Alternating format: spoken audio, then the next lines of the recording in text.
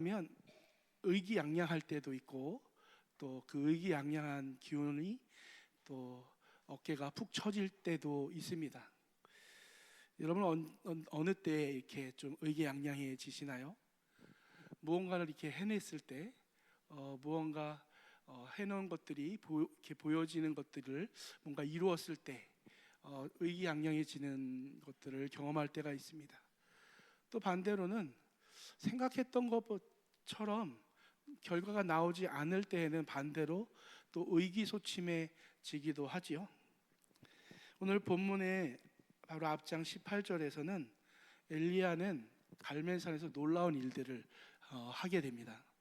바알의 선지자가 450명이고 아세라의 선지자가 400명인데 그들과 대결하는 일들이 나타나죠. 하나님 앞에서 그들이 대결하는데 결국 어떻게 되었을까요? 통쾌하게 엘리야가 이기게 되죠. 바알과 아세라의 수많은 선지자들이 자신의 신을 찾고 불러보았지만 그 신은 잠잠하고 아무 일도 없지만 엘리야가 하나님 앞에 기도하자 하나님께서 불로 응답하셨습니다. 그리고 3년 동안 내리지 않던 비가 이제 엘리야가 승리한 후에 비가 내리게 되는 것이죠.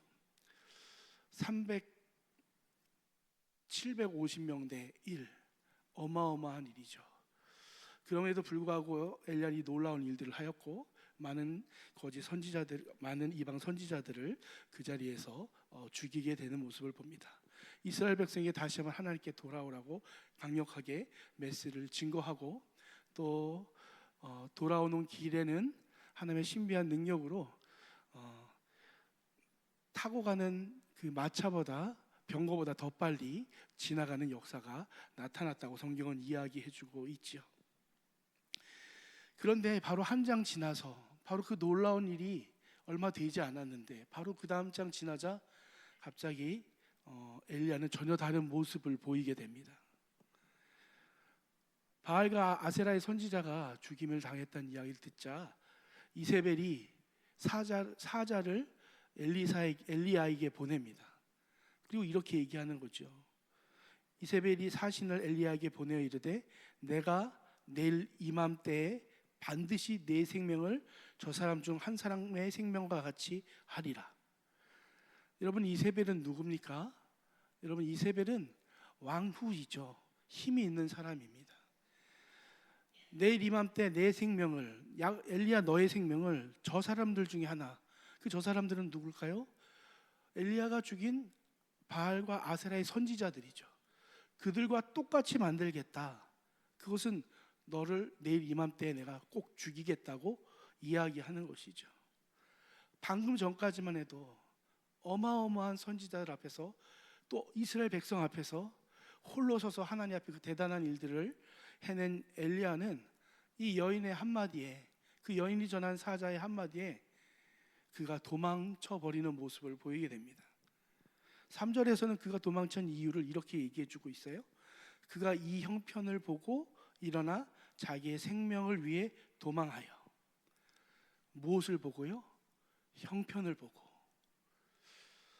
하나님을 향한 시선, 하나님을 간절히 바랬던 그 시선, 바알과 아세라의 선지자들 속에서도 하나님 앞에서 간절히 기도하고 머리를 무릎 사이에 집어넣고 하나님 앞에 간절히 주목하며 기도했던 그 엘리야가 자신의 형편을 돌아보는 순간에 그는 도망하게 되는 모습을 보게 되죠.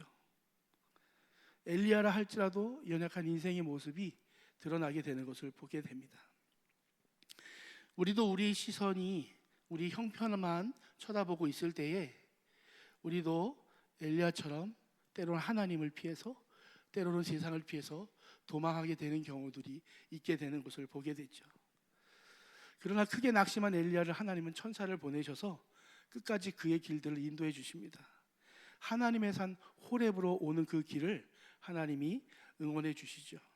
그리고 마침내 그 산에 올라 한 동굴에 들어가게 됩니다. 여러분 지금 엘리야의 모습이 참 도망하는 모습, 존경받을 만한, 본받을 만한 모습이 없는 모습이지만 여러분 여기서 본받을 모습이 하나 있습니다. 뭘까요? 도망을 어디로 쳤어요? 하나님의 산 호렙으로 쳤죠.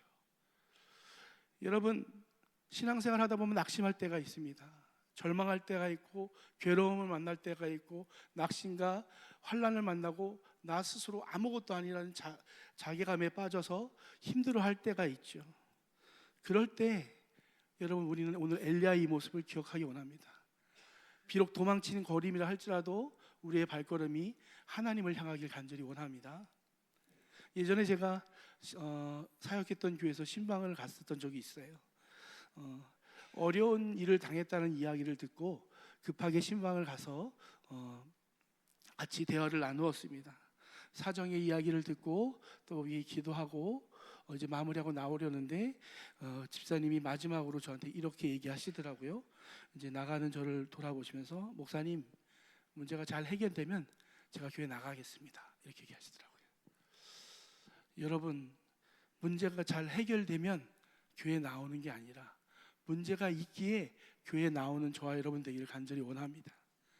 우리는 어려움이 지나가면, 문제가 해결되면, 이런 어려움 없으면 그러면 내가 이제 그 다음에 교회 가야지 생각하기 쉽지만, 여러분, 어려움과 문제의 때에 정작 우리가 가야 할 곳이 바로 하나님의 앞인 줄을 믿습니다. 어렵고 힘들 때 기도 안 나오죠. 여러분, 괴롭고 힘들 때 예배 드리는 시간들이 쉽지 않을 겁니다. 그러나 그럴 때가 바로 하나님 앞에 나아갈 때이고, 그럴 때가 바로 하나님 앞에 예배와 기도할 때이고, 그곳에 바로 소망과 은혜가 있는 줄을 믿습니다. 엘리야는 도망하여도 하나님의 산 호렙으로 도망하였던 것이죠. 그렇게 하나님의 산에 도착한 엘리야에게 하나님이 오늘 9절에서 그에게 말씀하십니다. 엘리야가 그곳 굴에 들어가 거기서 머물렀더니 여호와의 말씀이 그에게 임하여 이르시되 엘리야야, 내가 어찌하여 여기 있느냐. 하나님이 물으셨어요. 엘리야야, 내가 어찌하여 여기 있느냐. 엘리야는 어디 있어야 되죠? 엘리야는 보냄받은 그곳에 있어야 되죠. 그런데 그는 지금 보냄받은 자리를 떠나 이곳으로 온 것입니다. 왜 왔는지를 하나님이 그 이유를 모르셨을까요? 하나님 그가 어떤 이유로 여기까지 왔는지를 누구보다 잘 알고 계셨을 겁니다. 그러니까 하나님의 이 질문은 그에게 대답을 요구하는 질문이라기보다 그의 잃어버린 믿음과 낙심한 마음들을 다시 회복하기 위한 하나님의 질문인 것이죠. 하나님의 질문에 엘리야는 대답합니다. 뭐라고 대답하냐면 자기의 형편들을 늘어놓기 시작하는 것이죠. 그가 대답하되 내가 만군의 여호와께 열심히 유별하오니 이는 이스라엘 자손이 주의 언약을 버리고 주의 제단을 헐고 칼로 주의 선지자들을 죽였음이오며 나만 남았거늘 그들이 내 생명을 찾아 빼앗으려고 하나이다. 하나님, 보시지 않았습니까? 내가 보통 열심 가진 사람이 아니지 않습니까? 나는 정말 특별하게 하나님 앞에 열심 가지고 주님 보내신 그 일들을 감당했던 사람입니다. 그러나 하나님 이스라엘 백성이 언약을 버리고 그들이 하나님 아버지 주의 제단을 헐고 하나님의 선지자들을 다 죽이고 이제 나 하나 남았는데 나도 죽게 생겼습니다 라고 하고 자신의 형편을 이미 다 알고 계신 하나님 앞에 형편을 늘어놓기 시작하는 것이죠. 그러자 하나님은 엘리야를 자신의 앞에 서라고 말씀하십니다. 여러분, 여기 아까 엘리야가 한 말씀을 보면 나만 남았거늘이라고 이야기하죠. 여러분, 그런데 나중에 보면 엘리야만 남았습니까? 아니죠. 하나님이 남겨놓은 사람들이 있어요. 우리는 때로 신앙생활하다 보면 나만 고생하는 것 같고 나만 유독 고난당하는 것 같고 나만 예수 믿는데 힘든 것 같고 이렇게 생각할 때 있습니다. 또 반대의 경우도 있죠. 나만 제대로 예수님 믿는 것 같고 내가 믿는 신앙생활이 다인 것 같고 이렇게 생각할 때 있습니다. 여러분, 그렇지 않습니다. 우리 교회에서 한 발자국만 나가면, 여러분 조금만 나가면 이 하나님이 세우신 이 우주적 교회 가운데, 이 세계 교회 가운데 나만이 아니라 나와 같이 하나님을 신실하게 믿는 자들이 많이 있는 줄 믿습니다. 나만 하나님 앞에서 열심을 내는 게 아니에요. 여러분, 우리만 하나님 앞에 열심히 내는 게 아니에요. 정말로 신실해서 주를 섬기는 자들이 많이 있습니다. 우리 눈앞에 안 보여서 그렇지 여러분, 우리가 하나님께서 이 땅 가운데 세우신 많은 의로운 성도들이 있는 줄을 믿습니다. 그래서 때로는 내가 신앙생활하는 금성교회 안에서의 나의 신앙생활이 다인 것처럼 여기시면 절대 안 됩니다. 우리끼리 비교하고 이쯤이면 됐어 하면 절대 안 됩니다. 여러분, 하나님은 우리 안에서의 기준이 아니에요. 예수 그리스도의 장성함까지 달려가야 되기 때문에 여러분, 얼마나 신실한 성도들이 많이 있는 줄 모릅니다. 그러니까 우리의 목표는 교회 안에서가 아니라 더욱 더 하나님 앞에 더 신실하기 위해서 하나님 앞에 살아가는 저와 여러분 되기를 간절히 원합니다. 엘리야는 나만 남았다고 생각했어요. 하나님이 이미 준비하신 일들이 있는데 엘리야는 나만 남았다고 생각하고 자신의 형편을 그렇게 최악으로 이야기하고 있는 것이죠. 하나님은 그를 세워놓고 여러 가지 말들로 그를 설득하지 않습니다. 하나님의 산 앞에 서라, 하나님 앞에 서라고 얘기하시죠. 우리 11절과 12절을 같이 합독해 볼까요? 11절과 12절입니다. 같이 한번 읽겠습니다. 시작. 여호와께서 이르시되 너는 나아가서 여호와 앞에서 산에 서라 하시더니 여호와께서 지나가시는데 여호와 앞에 크고 강한 바람이 산을 가르고 바위를 부수나 바람 가운데에 여호와께서 계시지 아니하며 바람 위에 지진이 있으나 지진 가운데에도 여호와께서 계시지 아니하며 또 지진 후에 불이 있으나 불 가운데에도 여호와께서 계시지 아니하더니 불희에 세미한 소리가 있는지라.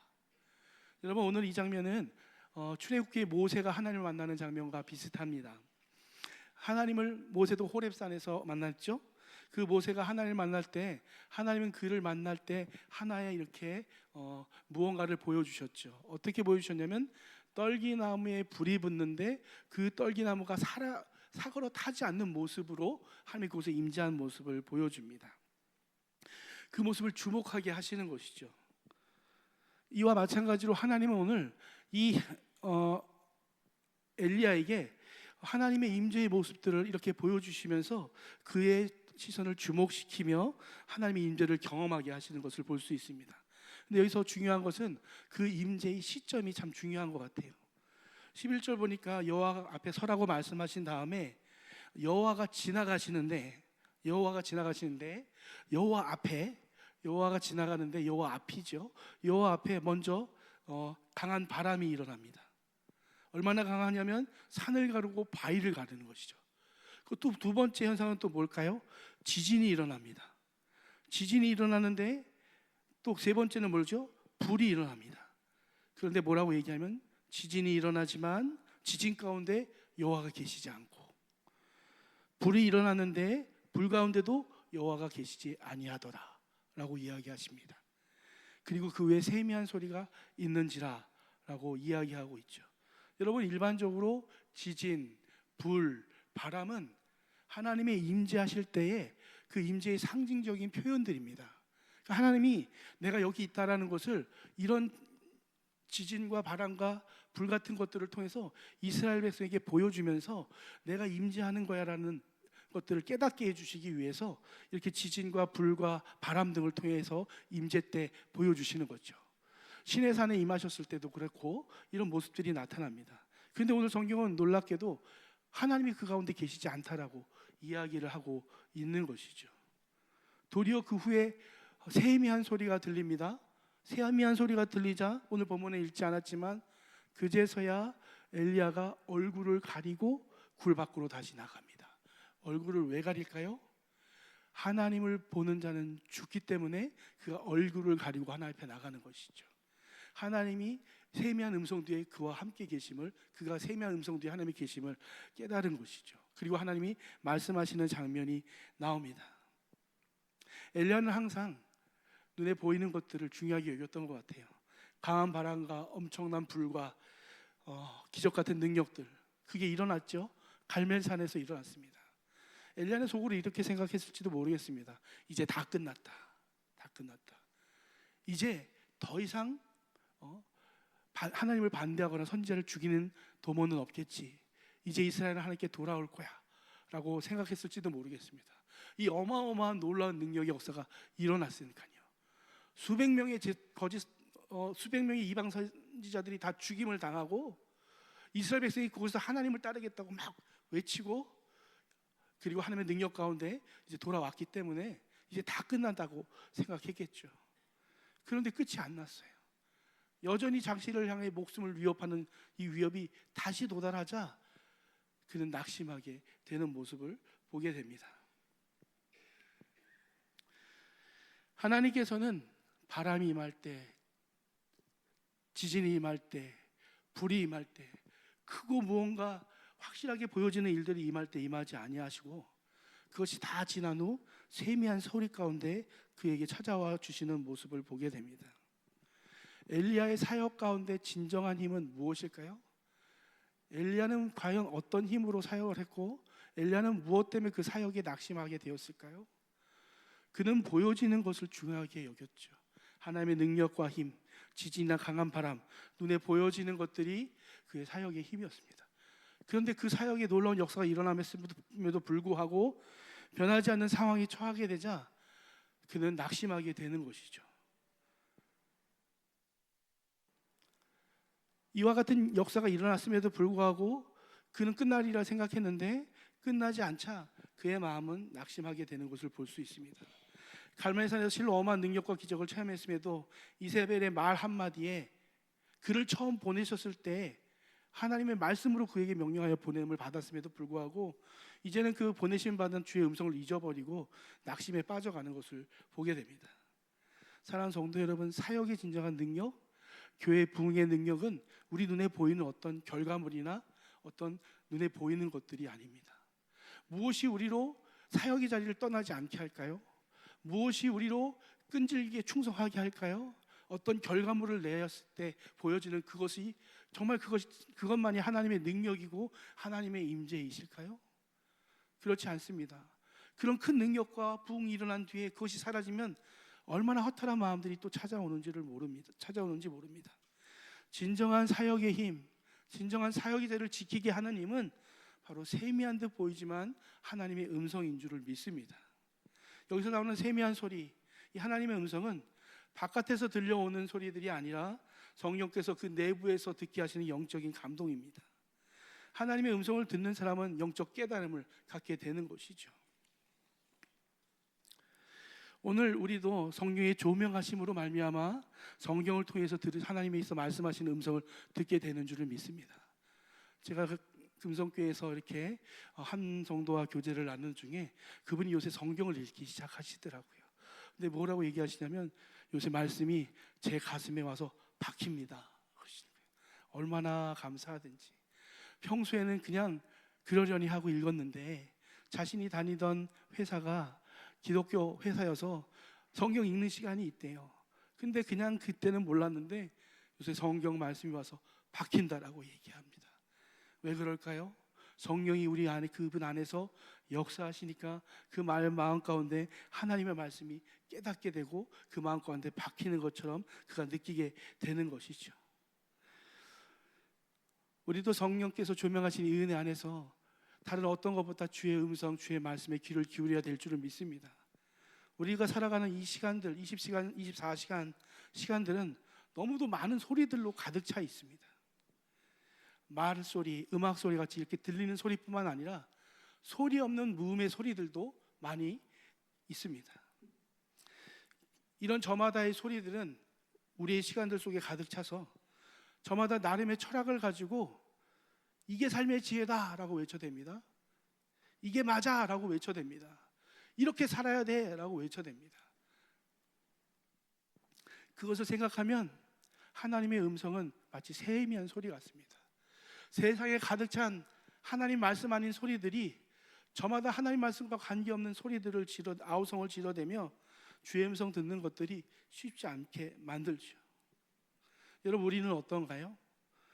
우리는 하나님을 믿는 우리는 그분의 말씀을 생명의 말씀이라고 고백하고 하나님의 말씀을 1.1획도 변함없는 말씀으로 신뢰하며 주일마다 그 귀한 하나님의 말씀이 선포되는 말씀의 선포의 자리를 귀하게 여깁니다. 그렇지만 우리 삶의 현장 속에서는 과연 그 하나님의 말씀이 우리에게 영향력을 끼치고 있을까요? 아니면 가득한 세상의 소리들이 우리에게 영향을 끼치고 있을까요?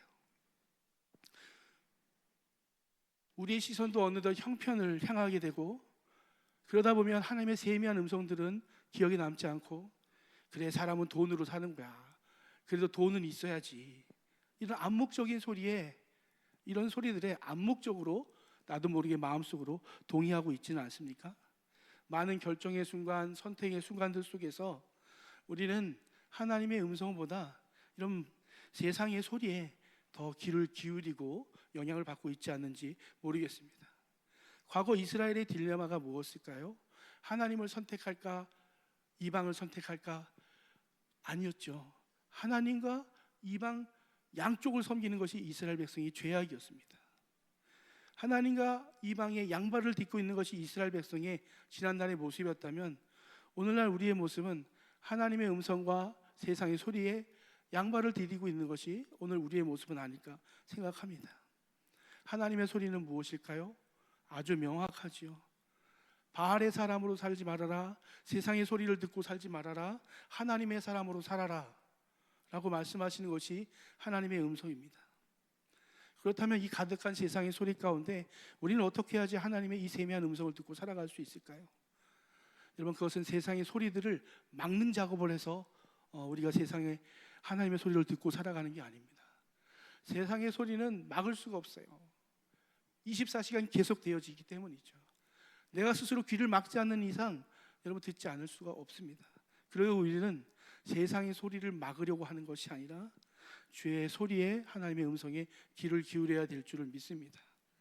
여호와의 음성 듣기를 사모하는 마음으로 분주한 세상 가운데서도 우리 눈앞에 보이는 어떤 현상들보다 하나님의 말씀을 더 의지하고 그 말씀의 힘과 능력임을 기억해야 될 줄을 믿습니다.